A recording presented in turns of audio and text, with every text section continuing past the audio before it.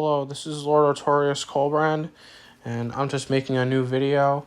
Right now, I just kind of want to talk about a separate issue of Gurren Lagann, and not the general whole show, like I did in my previous video talking about the series.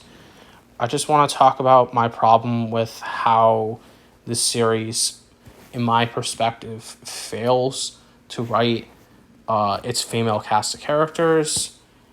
And I just kind of was just thinking to myself, since not many people talk about this series in the way that I do it, I figured I might as well just talk about it anyways, because no one else is honestly. Well, there might be a few other people somewhere out there, but for the most part, I just kind of think to myself, I might as well just make the videos that I want to about it. I am going to make this somewhat mainly focused on this series, my channel, but it won't be the only thing that I'm going to be talking about on my YouTube channel. My biggest problem with the female characters in this show is the fact that many of them are over-sexualized. And I think that's a big problem, because instead of developing the characters, instead, the show chooses to go more for fan service because it's poorly directed. And one of the biggest disappointments that I have with the show to start off with is Yoko Littner, who's like the main female lead in the entire series. I think her story is a letdown for me, because her backstory was never explained. It was never developed. We never saw where she actually came from. And I figured I might as well actually explain that, since that's, a criticism of her character that I never normally see on the internet. So I just thought I'd, mention that real quick. Her story of how she came from, underground thing herself. We never even see where she came from. And instead, she just uses a tool for fan service. And you could just kind of tell, because just look at her design. Like, she literally, wears nothing but a bra, on top of her. I mean, it looks really annoying. And then she just wears, these skimpy shorts, her boots, and it's just all for fan service appeal. And I find that really, really annoying. She's just kind of tugged around other characters, and she's just used as a plot device for Kamina and for Kitan, and how she's just forced to have these feelings for them. But you never, see any development between any of them. And it's just there as a bit of tug around. It feels like she's just being tossed around as a tool for fan service. And I think that's really annoying. It's like she doesn't have any real character of her own. And I feel like it's just really annoying. Another bunch of characters that in this show that I personally also have gripes with are the black siblings. And that's because they're just around Kamina in the 4th episode. And the 4th episode is a notoriously bad episode in the entire show. And I think it's part of what honestly turned the show around, honestly. Mainly because of how silly it was, and because of also the poor animation quality that it literally had. And they're just all around Kamina, and he's just being called the mighty Kamina. And it's just really ridiculous and annoying. I find, the show really ruining any chance of developing its characters, mainly because it goes more for fan service appeal, for sexual appeal, rather than storytelling. And I feel like that's the biggest reason together why I hate the black siblings, but I also personally am not a fan of Yoko either. They try to make her a little cool in a couple of moments, but it all just kind of goes away, after the 21st episode, when she's just around Kitan, and it's just did they even give her any other purpose than to just be fan service? And that's ridiculous.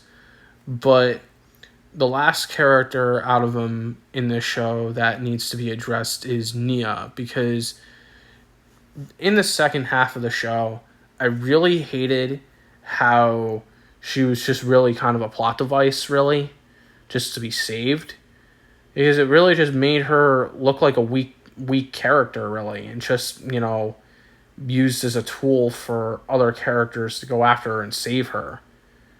And the grim moments in the show, I've talked in my previous video about how that was really the general issue with this whole show, but I'm just talking about why I think the female characters in particular are poorly written, because I'm making an argument about why I think this show, is bad at writing female characters, and why I think that it's really just a step backwards in general for anime to write female characters in general.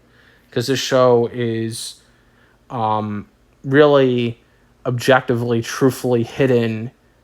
Really, in reality, it's a terrible show. And I feel like, with Nia, especially when she dies, her arc was poorly written, mainly because it was just her being a plot device. And once she died, she had, no security in herself. And, it was just kind of just there to ruin the whole show. And I feel like with her, instead of, being able to continue, a generation somehow, she just ends up dead for no reason, really, other than just, like I already said, in my previous video, that they just give a bit of info dump, and then you're just supposed to work with it. But in general, I feel like the biggest issue with this entire series with portraying female characters is because it over-sexualizes them. And instead of developing them and progressing them through the story, they're just knocked off. And they're just turned around. And they're just used as props for the other characters to develop. I mean, look at literally episode 12 where they're on the beach. That was really annoying, and Yoko was just mad that Nia was just, I don't know, stealing men away from her. Look, I mean, I have no problem with people who like this show. That's fine. But I feel like, it needs to be addressed that this show does not know how to write female characters, because my problem with the whole show, from this perspective, is that anime in general normally struggles how to make female characters. Code Geass, Lelouch the Rebellion, Sword Art Online, My Hero Academia, Black Clover, Naruto, Fairy Tail, and those are just few off the top of my head that also have trouble with developing female characters as well, and are poorly written in their own rights as well. And I feel like, the problem is that with Gurren Lagann, because, there's some people out there who objectively see this show as something greater than it actually is. Not that I have a problem with some people who like this show, like I've already said, and think it's, good. But I personally disagree. I have a different perspective, and I feel like there are criticisms of this show that should be addressed further. And I'm just making this other video to talk about a smaller thing in this show. Not really a small issue that this show has, but just not the entire general field of why I dislike this show. I'm just explaining why I feel like this show fails to develop its female characters. thank you for hearing me out. Thank you for understanding at least where I'm coming from, and I hope you have a good day. This is Lord Artorius Collbrande, signing out.